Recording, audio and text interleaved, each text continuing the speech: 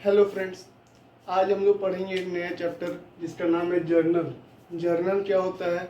जर मतलब डेली, जर मतलब डेली और नल मतलब ट्रांजैक्शन।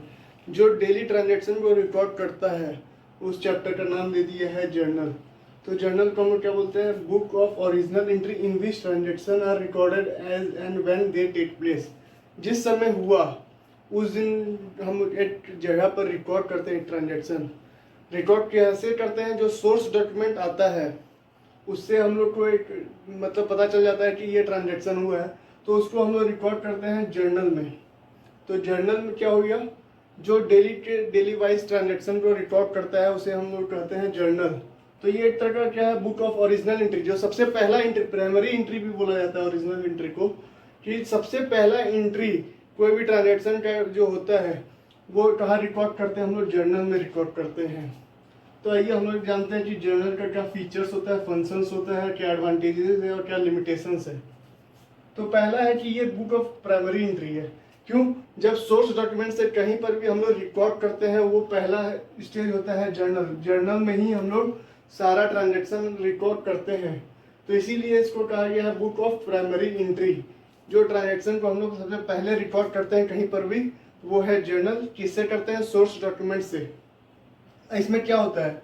इसमें डे टू डे ट्रांजेक्शन जो होता है, आज परचेज किए, सेल किए, इसको उससे मतलब खर्चा किए हैं, उसको सैलरी दिए हैं, उसको कुछ भी दिए हैं, तो डेली का जो डेली ट्रांजेक्शन होता है उसको रिकॉर्ड करता है सबसे पहले स्टेज में जर्नल। Recording chronological order. क्यों? डेट वाइज होता है। आज किए, कल किए, तो पहले कौन सा आएगा? आज वाला पहले आएगा, फिर जो नेक्स्ट डे करेंगे वो बाद में आएगा, फिर उसके बाद जो करेंगे वो बाद में आएगा।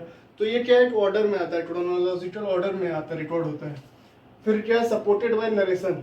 जब हम लोग जर्नल बना लेते हैं तो नीचे में एक नरेशन दे देते हैं। नरेशन इसलिए देते हैं तो पता चल जाता है क्या चीज़ का खर्चा किए हैं, कौन सा ट्रांजेक्शन किए हैं, तो वो लिख देते हैं। तो जब हम लोग जर्नल का क्वेश्चंस करेंगे तो नरेशन देंगे तो समझ में आ जाए कि क्या होता है, क्यों सपोर्ट, कैसे सपोर्ट होता है। और कंपाउंड एंट्री क्या होता है? कंपाउंड एंट्री कभी कभी क्या होता है ना, दो से ज़्यादा अकाउंट को भी हम लोग को लेना पड़ जाता है। तो जब ये हम लोग पढ़ेंगे एग्जाम्पल्स के थ्रू तो ज़्यादा समझ में आएगा कि हम लोग डेबिट किए दो से ज़्यादा आइटम और क्रेडिट किए दो से दो ज़्यादा आइटम, तो क्या हुआ? वो कंपाउंड एंट्री में आ जाएगा। ऐसे क्या एटलीस्ट टू अकाउंट्स होना चाहिए, जो एक डेबिट होगा एक क्रेडिट होगा।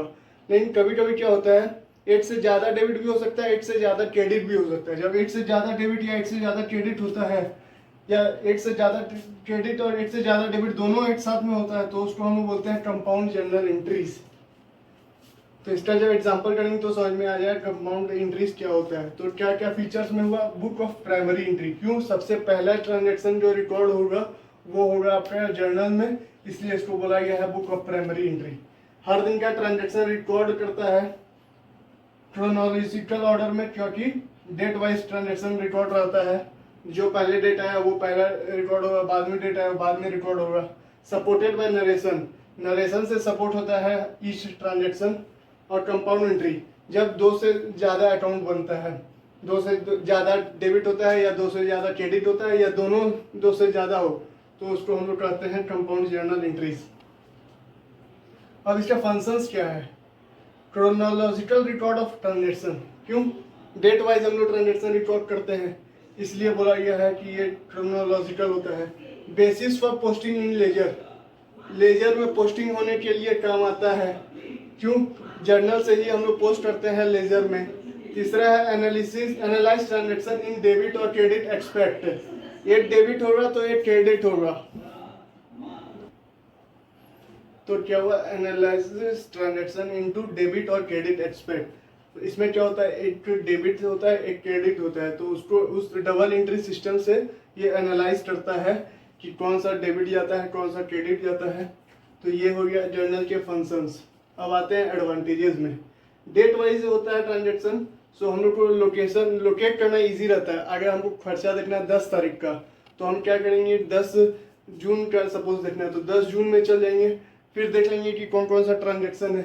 तो जो हमको लोकेशन करना है, देखना है, तो इजी हो जाता है हम लोग को फाइंड करने के लिए।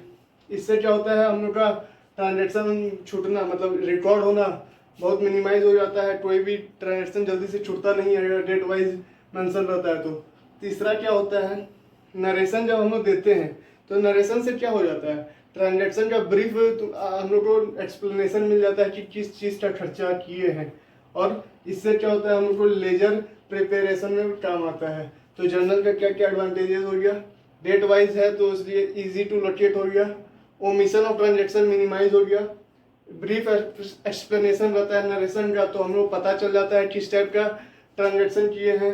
और चौथा, लेजर कैन बी प्रिपेयर्ड, जब हम लोग जर्नल बना लेते हैं उसके बाद पोस्टिंग करते हैं लेजर में, तो ये एक बड़ा फायदा है। क्योंकि हम लोग जर्नल क्या है रिकॉर्डिंग पर्पस के लिए, लेकिन पोस्टिंग पर्पस के लिए क्या बनाते हैं, लेजर बनाते हैं। तो जब तक जर्नल नहीं बनेगा तो हम लोग लेजर नहीं बना सकते हैं। और इसका क्या क्या लिमिटेशंस है, नंबर ऑफ ट्रांजेक्शन लार्ज होगा तो ये बनाने में दिक्कत आएगा।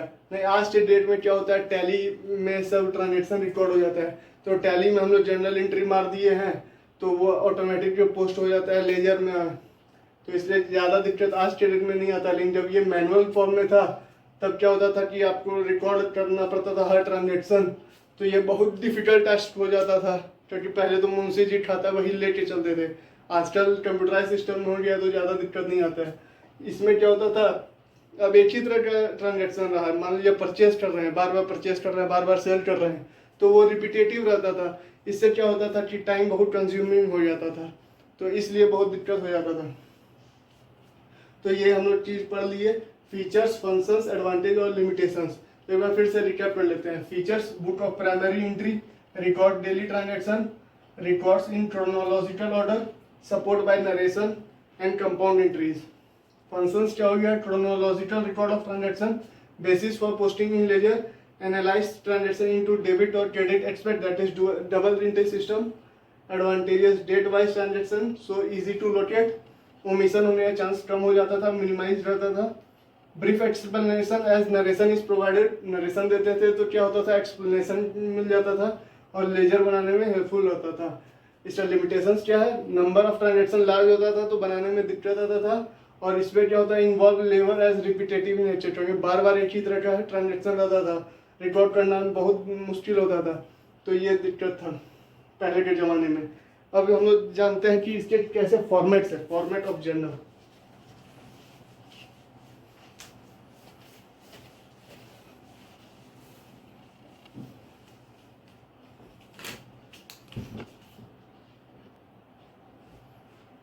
तो ये हो गया फॉर्मेट आपका जर्नल का।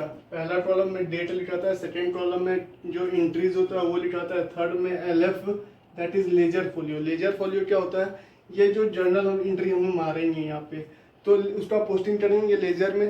तो लेजर में कहाँ पे पोस्टिंग किया है, कौन से पेज नंबर में पोस्टिंग किया है, वो यहाँ पर लिखा जाता है कि मान लीजिए पेज नंबर 2 में, तो यहाँ लिख देंगे 2, उसके बाद अमाउंट और क्रेडिट का अमाउंट क्या होगा। तो इस तरह आपका ये है फॉर्मेट ऑफ जर्नल। तो हम लोग जब करेंगे एग्जाम्पल 1-2 तो फॉर्मेट में करेंगे, बाकी ऐसे ही सिर्फ जर्नल एंट्री समझा दिया जाएगा। अब लास्ट में क्या होता है कि अगर मान लीजिए आप जर्नल एंट्रीज बना रहे हैं तो क्या होता है, लास्ट में पेज एंड टोटल आपको करना पड़ जाता है। तो पेज एंड टोटल आप कर दीजिएगा हमेशा एग्जाम में। यहाँ पर क्या होगा, मान लीजिए ABC debit to XYZ account, ABC account being, narration का स्टार्टिंग जो होगा बीइंग से होगा, और जिस तरह का ट्रांजैक्शन रहेगा वो रिकॉर्ड कर दिया जाएगा। तो एक अकाउंट डेबिट रहेगा, एक अकाउंट क्रेडिट रहेगा, बाद में जो है नरेशन दे दिया जाएगा टू सपोर्ट द ट्रांजैक्शन। तो हम लोग पढ़ते हैं कि कैसे कैसे क्वेश्चंस रह सकते हैं जर्नल के। तो पहला है, पहले क्या हम एक बार फिर से जो पढ़े थे मॉडर्न रूल उसको लिख लेते हैं, तो क्या है कि हम लोग को क्वेश्चन समझने में इजी रहेगा। तो मॉडर्न रूल क्या था, मॉडर्न रूल था एसेट इंक्रीज करता है तो डेबिट, डिक्रीज करता है तो credit, capital and liability increase करता है तो क्रेडिट, डिक्रीज करता है तो debit, expense and losses always debit, income and gain always credit. तो ये था modern rule. Asset increases debit decreases credit, capital increases debit, capital and liability increases credit and decreases debit, expense and income, expense and losses always debit और income and gain always credit. तो पहला question है, मान लीजिए started business with cash ₹1,00,000। तो इसका क्या journal entry होगा, पहले ये समझते हैं। हम लोग बिजनेस स्टार्ट किया, एक आदमी वो 1,00,000 रुपया लगाया है। तो इसमें क्या हुआ, 1,00,000 रुपया क्या लगाया, कैश लगाया। कैश, कैश क्या हुआ, एसेट हुआ। अब क्या हो रहा है, एसेट बिजनेस में आ रहा है, तो इससे क्या हो रहा है, बिजनेस का एसेट बढ़ रहा है। तो बढ़ रहा है तो डेबिट, और बिजनेस स्टार्ट कर रहा है तो जो कैश लगा रहा है उसको हम लोग पढ़े थे ना कि कैपिटल बोला जाता है। जो बिजनेस में हम लोग लगाते हैं, जो ओनर लगाता है, तो उसको कैपिटल बोलते हैं। कैपिटल, कैपिटल इंक्रीज कर रहा है बिजनेस में तो क्रेडिट, कैपिटल इंक्रीज कर रहा है तो क्रेडिट, कैश इंक्रीज कर रहा है तो डेबिट। क्यों, कैश एक एसेट है। अब किस प्रकार का एसेट है, वो करंट एसेट है, उतना हम लोग को ध्यान नहीं रखना है, एसेट मानना है एक बार। तो करंट, कैश एक करंट एसेट है, इंक्रीज कर रहा है तो डेबिट। कैपिटल पूंजी लगाया है, जो प्रोप्राइटर हो या फर्म वाला हो या कोई भी कंपनी हो, तो वो इंक्रीज कर रहा है तो क्रेडिट। तो जर्नल एंट्री क्या मारा जाता है, तो जर्नल एंट्री हो जाता है cash account debit to capital account 1,00,000। तो याद है फॉर्मेट क्या था, फॉर्मेट यहाँ पर डेट आ जाएगा, ये पर्टिकुलर्स हो गया, यहाँ LF के लिए जगह छोड़ देंगे। 1,00,000 debit amount, 1,00,000 credit amount. Narration being capital introduced या इन्वेस्टेड इन बिजनेस।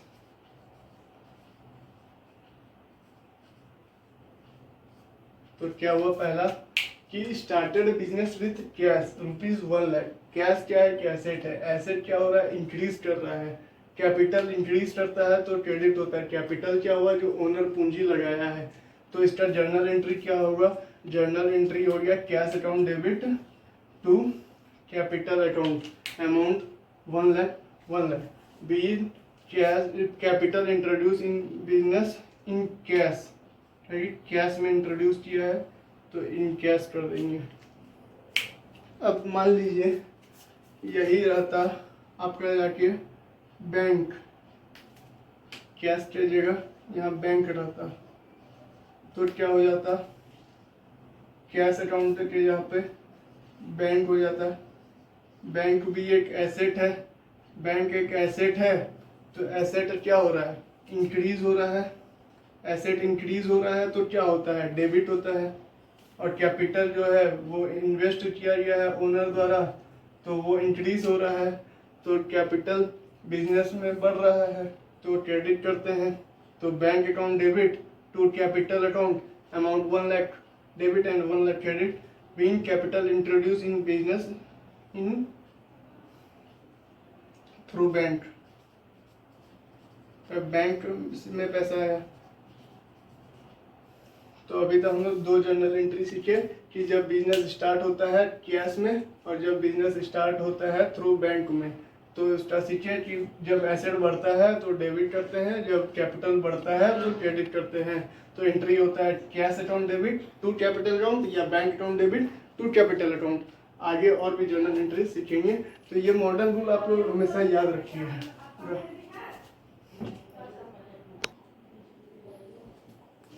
तो आप लोग मॉडर्न रूल एक बार फिर से याद कर लीजिए कि एसेट इंक्रीज होता है तो डेबिट और एसेट डिक्रीज होता है तो क्रेडिट। कैपिटल और लायबिलिटी इंक्रीज होता है तो क्रेडिट, डिक्रीज होता है तो debit. Income and losses always debit, and income and expense and losses always debit, income and gain always credit. तो आज तक हम लोग इतना ही पढ़ते हैं। नेक्स्ट वीडियो में और भी जर्नल्स के सॉल्यूशंस करेंगे। तो अगर आपको वीडियो अच्छा लगे तो आप लोग लाइक एंड सब्सक्राइब जरूर कीजिएगा और अपने दोस्त लोग के साथ भी शेयर कीजिएगा कि सबको मदद मिले। Thank you.